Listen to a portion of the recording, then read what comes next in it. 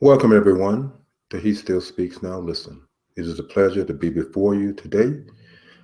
I thought I decided to put another message together, and I mentioned in the last broadcast that I'll be talking about Are You Afraid of Snakes?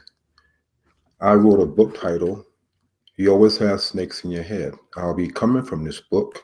I will be revising the book and also adding another chapter, which is Are You Afraid of Snakes? Because some people say they are afraid of snakes. When I put this book together and I did my first book signing event in Savannah, Chatham County, Georgia, at the local mall there, the first thing people saw the title and they saw the cover and they said, "Oh, I'm afraid of snakes. I don't want to read this." And everyone who saw this book, when they opened the book up and read the contents, they was very surprised of what it's revealed to them. So I'm going to reveal to you the snakes that I'm talking about, and you'll be surprised to find out that the very snakes that you think that I'm talking about are not the snakes I'm talking about. So let me begin by saying, are you really afraid of snakes? Oh, yeah? Well, think on this. So let me just lay it out right now. The snakes that I'm talking about is the thoughts in your head. The snakes that you think about are the thoughts that are in your head. We all have thoughts. What we think, we become. The very thought that you think, you will act it out. Your physical body just follow the thought. To lay the foundation, we are a spiritual being in a physical body. This body is a shell for the spirit. So our words are spirit. Depending on how much emphasis we have on our words, it can go out into the spiritual world and attack others and ourselves. You will find out in this message that we are responsible excuse me, we are responsible for the thought that we think, not the other person. We can't control what the other person think about us. We can control what how we behave toward them. And if we have anger, hatred, unforgiveness, and ungodly thoughts toward anyone, then the very thought that we have against them will come back on us. We always have this phrase, what goes around, come around. Well, it means what goes around, come around. When you have negative thoughts against someone, we hear people say, I will never forgive. I will go to my grave before I forgive. Or they have so much hatred for someone because someone hurt them, or hurt hatred of the past, or they are very prideful. They don't admit that they are prideful, so they just push it down. And when we hold back and we push down those thoughts within our spiritual mind, those thoughts are still there. It will go out and to attack the person that we have hatred toward, or we will attack ourselves. And some doctors, and I have researched this, will tell you that a lot of physical illnesses and mental illness that people are having is because of negative thoughts. Negative thoughts create problems within us. So when we are constantly thinking negative thoughts against others, the same thought we thinking towards somebody else, we will reap the same thought on ourselves. Are you experiencing a sickness? Are you experiencing illness? Are you experiencing some type of physical symptom that just won't go away? Ask yourself, is it because of the thought that you are thinking towards someone? Is it because you don't want to forgive and you say, I will never forgive them? Or you walk by family members, or you walk by friends, or you just completely a mess in your mind? You need to evaluate that your thoughts are affecting you too. We may think we have gotten away with our thoughts. We may think we have gotten away with whatever because nobody can't punish us. But the very words that we speak, we snare ourselves by the very words that we speak. It's like a person going to a lake, put a worm on a hook, and they cast it out into the lake or the ocean, and they wait and wait and wait until they catch something. And then when they pull it back, it's a little fish, and they toss it back into the water. We are just like that. We are little worms with thoughts in our mind that we are constantly casting out into the spiritual sea, hoping that we catch something. And when we catch something, it may not be the thing that we want. So we either toss it back, take it off our mental hook of our mind, or we keep it, capture it, cut it up, and fry it, meditate on it, and eat it, and we become the very thoughts that we think. So our words, the words that we speak from our mouth bring life and death upon us. It's not about the other person. You can be black, you can be white, you can be Chinese, you can be whomever. But the words that you speak in a negative tone towards someone else because of hatred, anger, pride, unforgiveness, or what they've done to you in the past, kind of thing, you will reap what you sow. You are. This cover has a bunch of, I'll put it up closer to you. You see the Medusa head, a bunch of snakes. Our thoughts are like snakes, always in our mind, constantly. Think about it. The thing that you did today, what you did today require a thought. When you think of a thought, you have two choices. Say that thought is not of me. Where did that thought come from? And analyze it and decide, should you do it or should you reject it? Most people will not reject it because it appeals to their nature. So we must be aware that when we are prideful, pride get us in trouble. When we are afraid to ask for help, when we are prideful to go to the person and say, please forgive me for all that I've done to you. It doesn't make a difference if they don't apologize. You are responsible to go. We are responsible to go to whomever and say, I'm sorry, please forgive me. And if the person refuses to accept our apology, so be it. Then we walk off in the sun. But make sure your motive is right. Don't go apologize and say, forgive me or whatever, because you want that person to say the same thing. Go with the right motive and say, please forgive me for what I've done to you. And if the person apologizes, praise God. If the person don't worry about it, because when they refuse to accept your apology, the very thing that they are doing in their own mind will come back on them. It's a never-ending cycle. We need to wake up and begin to realize that our problem is not the other person out there. It's people. It's not the person, it's not our boss, our employer, it's us. We are responsible for the things that we say and do. When we make a choice, we had a thought, and that thought may be sinful. The sin is committed in the mind. Our body just do it. When we think of doing something that's not right in the eyes of God, then guess what? Our body will follow. Those of us who say we are Christians and we follow in God and we love the Lord and we go to church and we do all those kind of things, those are thoughts in our mind. But yet, do our behavior back up the statement? And if you are truthful with yourself, you see that it doesn't back up what you say. So we are required to think have a right mind in our choices. We all have a choices in the things that we do. We all have a choice in what we decide to do at the very moment that we think of it. We can reject it or we can accept it. So we become the very thing that we think. We all. So unforgiveness does bring on sin. Hatred bring on sin. Anger bring on sin. When we refuse to forgive, when we refuse to give, people say, I can't stand that person. They just make me sick, and they make me sick. And if you have so much emotional energy behind your words, it is spirit. And by you saying they make me sick, guess what happened? You get sick. You say, I can't stand the food. Get on my nerves. Then what happened? You have an emotional problem. Or you just have all kind of anger or hatred or murder or whatever toward that person. Then you get in a car accident and then bad things start happening to you. Have you ever realized that the bad things that happen to you is because of the thought that you're thinking?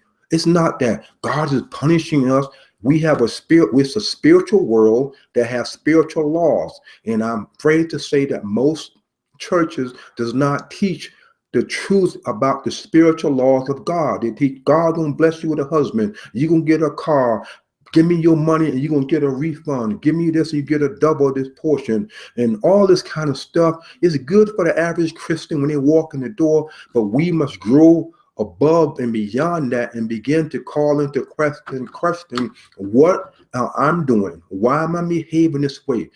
Did I behave this way 2 weeks ago? What did I do in my life 2 days, 3 days ago to cause me to start thinking this way? And if we are hanging out with certain people that we should not be hanging out with, two things going to happen. If we say we are Christian, then we should be influencing them.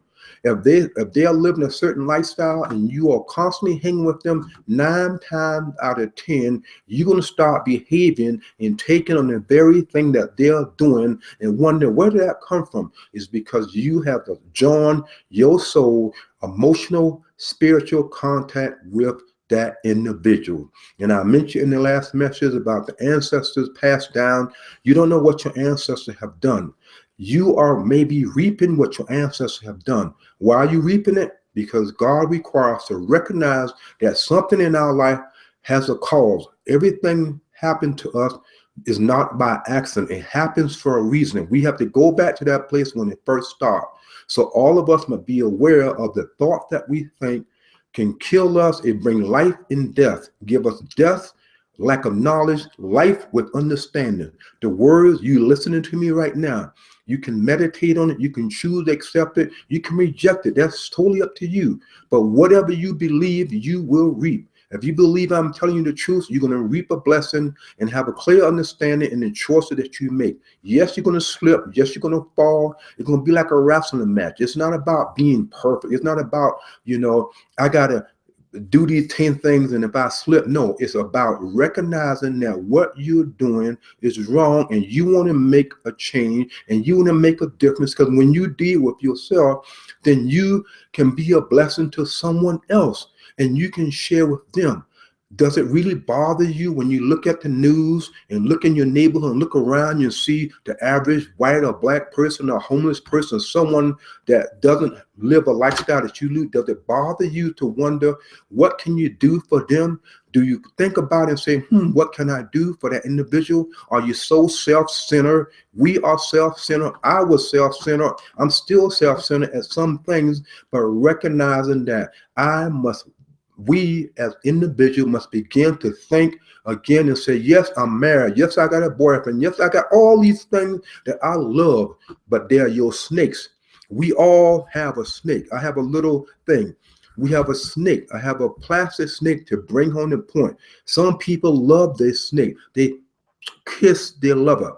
They kiss their fornication. They kiss their food. They kiss the hatred. They kiss the anger. They kiss the unforgiveness. They kiss whatever because it makes them feel good. And the thought is constantly biting them. And then they're blaming other people and saying, it's the other person that causing me my problem. Instead of grabbing that thought, that snake by its head in their mind and say, I refuse to accept that thought because it's not of me. I'm going to rip the head off that snake. I'm going to stomp on it. I'm going to kill it. I'm going to chop it up. And I'm going to see the truth about why I'm going through. And if you refuse to accept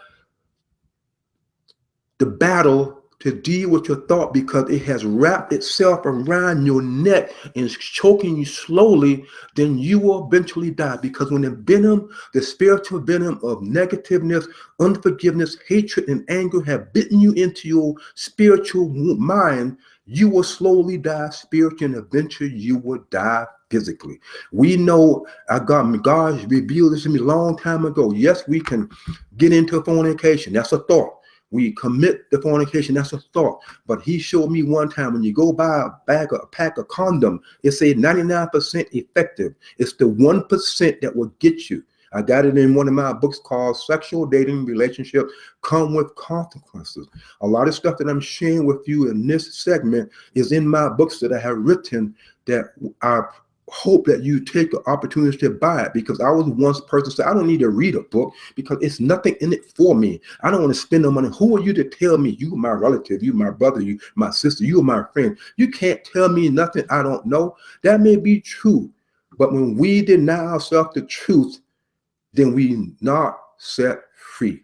We need to wake up and examine the thoughts that's constantly strangling us like a snake, constantly biting us, and we just love this. Oh, baby, I love you. You make me feel good. Oh, let's do this, let's do that, let's do that. And slowly but sure, you get a disease, you get a sickness, or something happened to you because the spiritual law says it is wrong. Man can write any law, but it does not erase what the spiritual law requires. You can be an atheist, you can be whatever, you can have whatever religion you be practicing.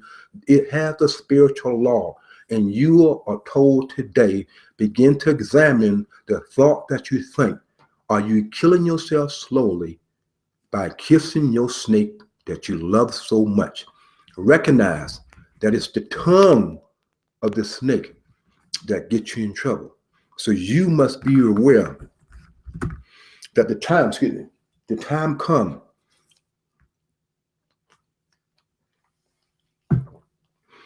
You must be aware that you must wake up and come to understanding that time in life, things happen. Begin to wake up and examine your behavior. The thought that you're thinking are your own.